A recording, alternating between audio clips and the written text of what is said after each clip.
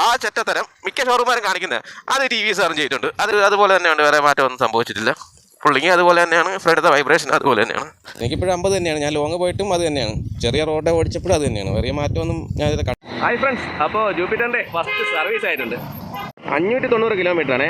500-ലും 750-ലാണ് first service വരുന്നത്. അപ്പോൾ 500 കഴിയുമ്പോൾ തന്നെ ഇതവിടെ ഒരു ഇൻഡിക്കേഷൻ കത്തും സ്പാനറിൻ്റെ. നമ്മൾ മറന്നാലും വണ്ടി മറക്കില്ല. അപ്പോൾ എന്തായാലും സർവീസ് ചെയ്തിട്ട് എത്ര കോസ്റ്റ് ആയെന്നൊക്കെ ഉള്ള കാര്യം വീഡിയോയിൽ പറയാം. വിളിച്ചാൽ ഞാൻ 10 മണിയായപ്പോഴാണ് വണ്ടി കൊടുത്തത്. 1 മണിയായപ്പോൾ അവർ വിളിച്ചു. അപ്പോൾ അവർ വിളിച്ചിട്ട് വണ്ടി തന്നു. എമൗണ്ട് ആയത് 664 രൂപയാണ്. 664 രൂപയാണ് സർവീസിന് അവർ ഈടാക്കിയ എമൗണ്ട്. അതായത് വേറെ പ്രത്യേകിച്ചൊന്നുമില്ല, ഗിയർ ഓയിലും എഞ്ചിൻ ഓയിലും മാറിയതാണ് 664 രൂപ ആയത്.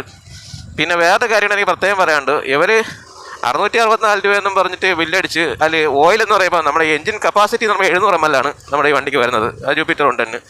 അവരതിൽ കൊടുത്തേക്കുന്നത്